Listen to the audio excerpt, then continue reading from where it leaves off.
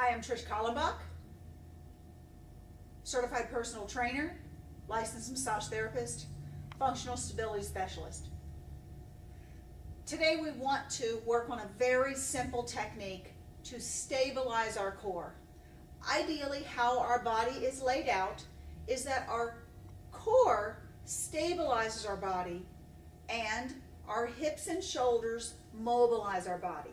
But very often, our core starts lagging behind, it gets weak, and so now our hips and our shoulders will start tightening to try to do the stabilizing, which costs us range of motion and mobility.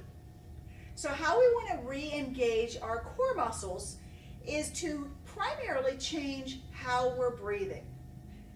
Think of a young child. When they're running and they're playing, we see lots of belly expansion in their breathing. They're doing a Buddha belly breathing. And then we hit our early teens and we're taught proper posture, pull in the belly, hold everything up.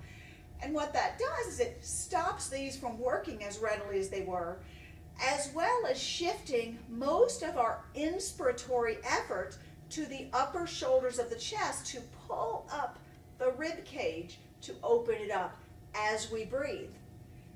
We inhale approximately 25,000 times a day as a non-athlete. As an athlete, many more.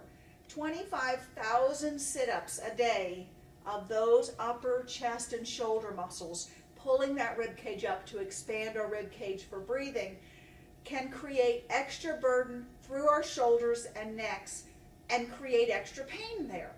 So we want to work on redistributing that work back to our abdomen.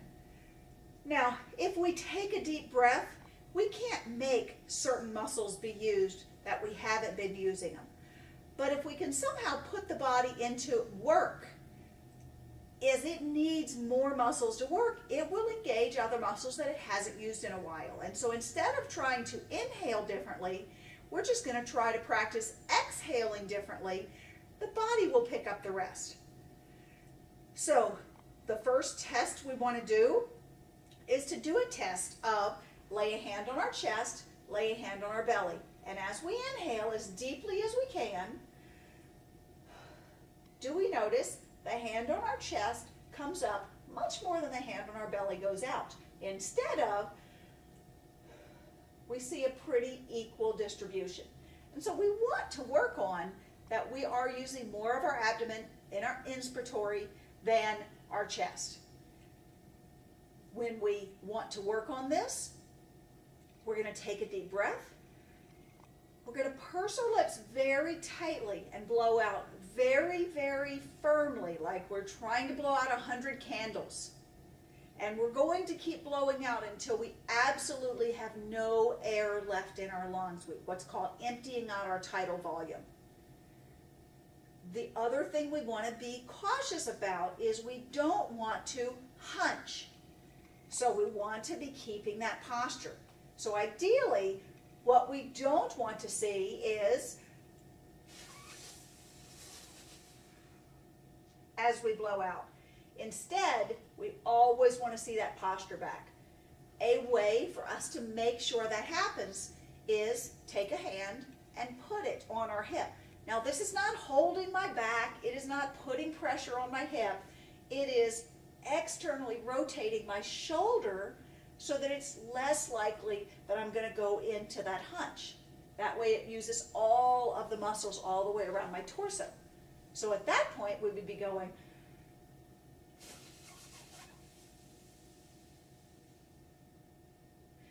what I'm doing with this hand is basically stimulating those muscles. So as I'm pulling in my gut, as I'm blowing out very hard, I'm going to be taking kind of a claw and just pressing into my abdomen to remind the body to use these muscles as we're going along.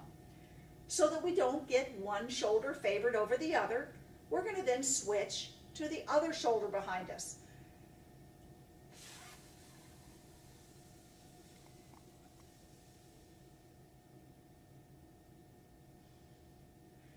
You want to remember to breathe in very, very slowly, ideally through your nose, and to breathe out as long as you can. If you are doing this whole process too rapidly, you'll start to get lightheaded. At that point, pause, wait for that to subside, and then remember to breathe in nice and slowly, get to your peak inspiratory volume, breathe out firmly all the way to the emptying, pause if you need to, breathe in more slowly. This is called core stability breathing exercises. Ideally, we would do a set of 10 of these. We may have to work ourselves up to 3 or 4, getting up to 10. And ideally, we would try to get 3 sets of these done throughout the day. We can do this standing in the grocery line while we're waiting for our turn to pay. We can sit there and do our exercises while we're doing it. We can do it in the car while we're driving. There are many, many ways we can do it. Now, if we're going to do it in a vehicle or while sitting, we have to be more aware of our posture. And so because we can't put the hand behind us, we want to make sure we're not slumped in our seat, because there's that curvature we don't want. We want to be all the way back in our seat. We want to be proper postured. We want to make sure we're keeping those shoulders back. Whether we add that hand in while we're driving down the road or not,